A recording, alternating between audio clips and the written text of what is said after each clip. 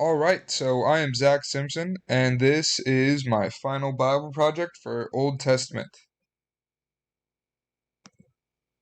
The passage that I'm going to be looking at for this assignment is Zechariah 1 through 6. In the 8th month of the 2nd year of Darius, the word of the Lord came to the prophet Zechariah, son of Berechiah, the son of Iddo. The Lord was very angry with your ancestors. Therefore, tell the people, this is what the Lord Almighty says.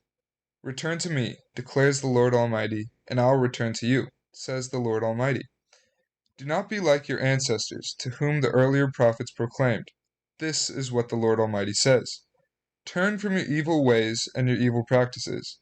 But they would not listen or pay attention to me, declares the Lord. Where are your ancestors now? And the prophets? Did they live forever? But did not my words and my decrees, which I commanded my servants the prophets, overtake your ancestors? Then they repented and said, the Lord Almighty has done to us what our ways and practices deserve, just as he determined to do. So before I get into the interpretation of the exiled Hebrew nation, I'm going to go over some quick history that some of the past events that may have had influence on their interpretation and relevance to their relationship with God up until this point. So here's a quick timeline I made, highlighting some of the examples throughout history up until the Babylonian exile that kind of showcase, God's relationship with his people. So starting with the Tower of Babel here, the Tower of Babel was one of the first kind of instances of humans trying to put their institutions above God. And so they built this massive tower trying to reach the heavens. So God saw this and it was disrespectful, so he kind of smited them and he gave each of them kind of a new language, which gave us the languages of the world today. But he did this so that, they wouldn't be able to work together and try to make this affront to God again.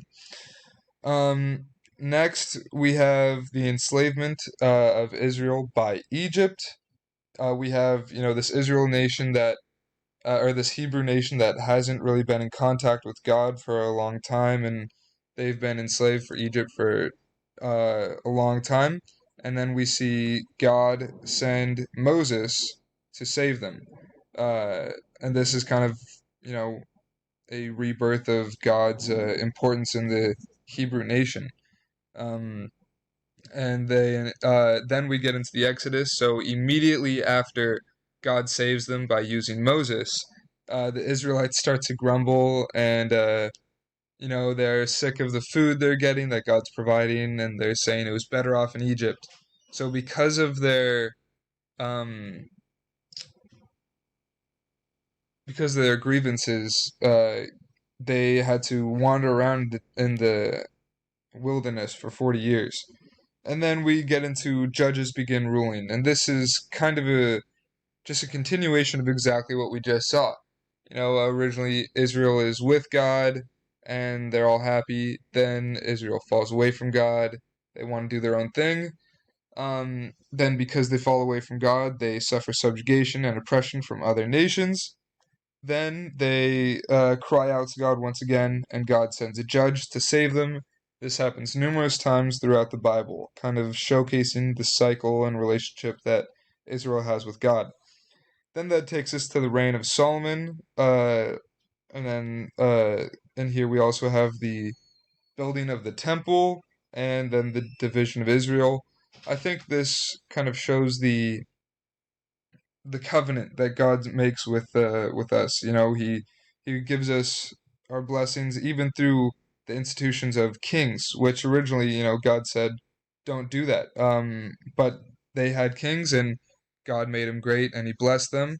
And then He made covenants with them, and to glorify God, building of the temple, and then we kind of strayed away from God and disobeyed, and that caused the division of Israel. We have Israel and Judah now.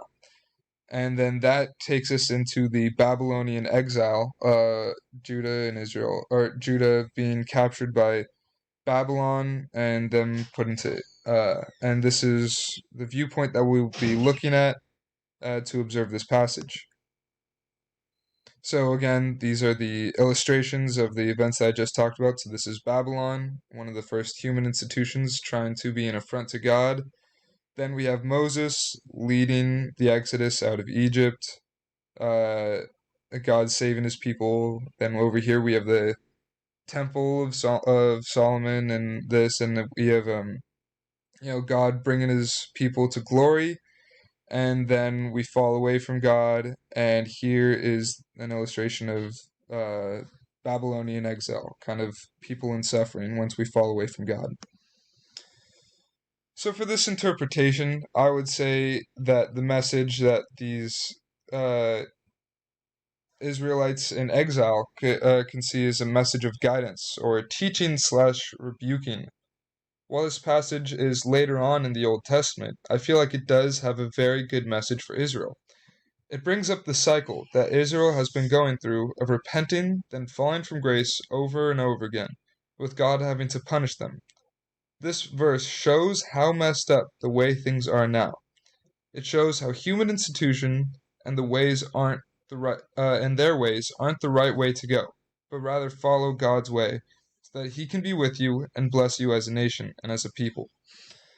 I feel like this passage would cause them to look back at what they had done, to fall out of God's grace this time, because now they're in this Babylonian exile.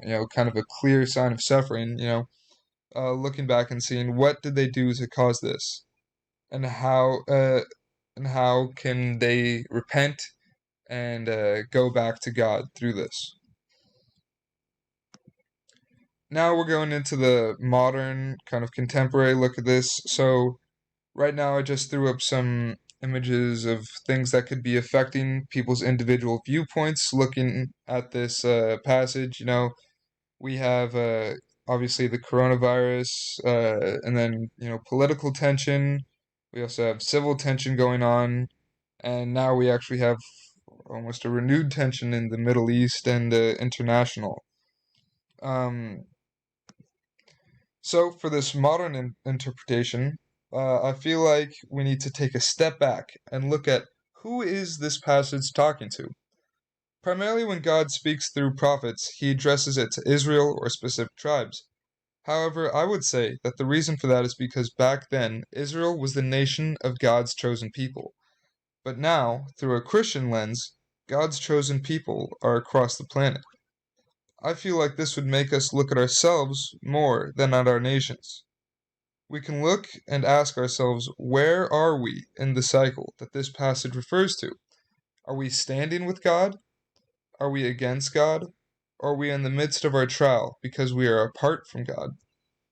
Now we could be looking at this passage as a more self-introspection verse, causing us to look at our own morals rather than the morals of a nation. Our own faults and things like that. And could our own individual faults and fallings out with God have contributed to current world events in some way? In conclusion, I would like to say that this verse really spoke to me for a number of reasons. Not just the fact that I'm named Zechariah after this book and the prophet, but it also is one of the classic calls to repent from the Bible. It almost acts as one of the last calls to repent in the Old Testament, and in the last bit of this passage we see that they do in fact repent and concede that God's will is what we should follow, and that God's will is just. That's what I always loved about this verse that spoke to me. Thank you so much for listening to my project, and thank you for a great semester.